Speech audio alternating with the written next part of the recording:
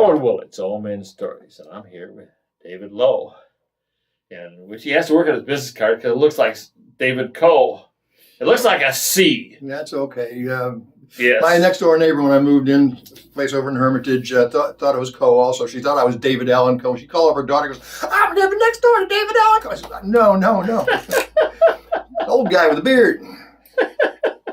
So what's our first song? First song was called Eddie's Guitar. True story. Is that a true story Absolutely about a buddy of yours? Yeah, it was. We were in Boy Scouts together, and he was my best friend. Guy was always getting me in trouble. He half looks like Elvis and half like James Dean. It was always like we'd have sleepovers in our backyard, and then we'd wind up running in our underwear in the park across the street and get stopped by the cops at age 13. Wow. You know. Is that right? But his dad gave him a silver tone guitar from a pawn shop in a Fender case, and he'd bring it over, and we'd plug it into the Woolman Sack stereo tape recorder my dad had. My dad worked in Zenith Radio and TV, right. and we were both learning to play the electric guitar together. And then he decided he wanted to do a bunch of jumping freight, so we did. There's a freight line. Jumping freight. Yeah, there was a train line that ran right across the street from my house. There was a park, and then at the end. Where was this at? In Maywood, Illinois. It's Maywood, Illinois. Out by Forest Park and Elk Park, and so I did that with him for a while. But we got chased by too many railroad dicks, and so I stopped, and he still kept going. So one day in August, it was raining. He came to see if I wanted to go, but I wanted to stay with his guitar, and I was learning how to play Johnny Be Good. And he went with a buddy, another friend, and it was the ladders were wet. And he tried to jump this freight that was moving at about 15 or 20 miles an hour, slipped and went under a wheel and killed him.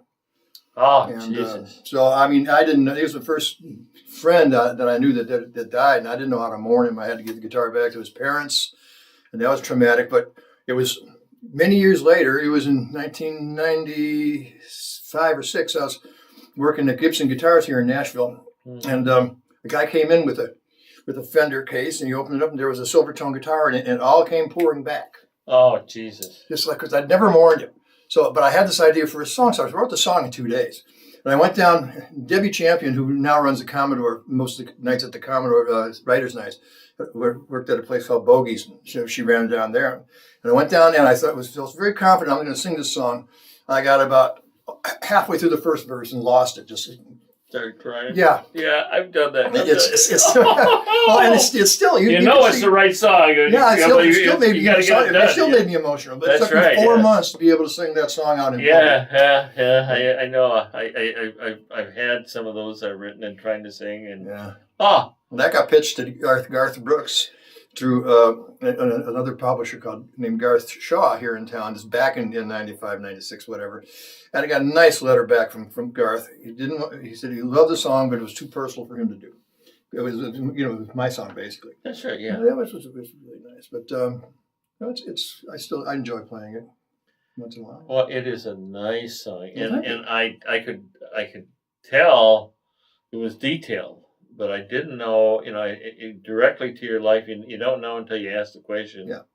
Could have been someone you knew or something you would listen to. But,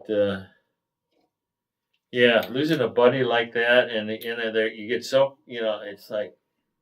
And not knowing how to mourn. Yeah, and well, actually, when you're at that age, there's no such thing as death. Right. And all of a sudden there is. All of a sudden, this friend that was over every day is yeah. Yep. Oh. Well, tell everyone, say, David Lowe, Old Men Stories, and this is my song, and say it. David Lowe, Old Men Stories. This is my song, Eddie's Guitar. Enjoy.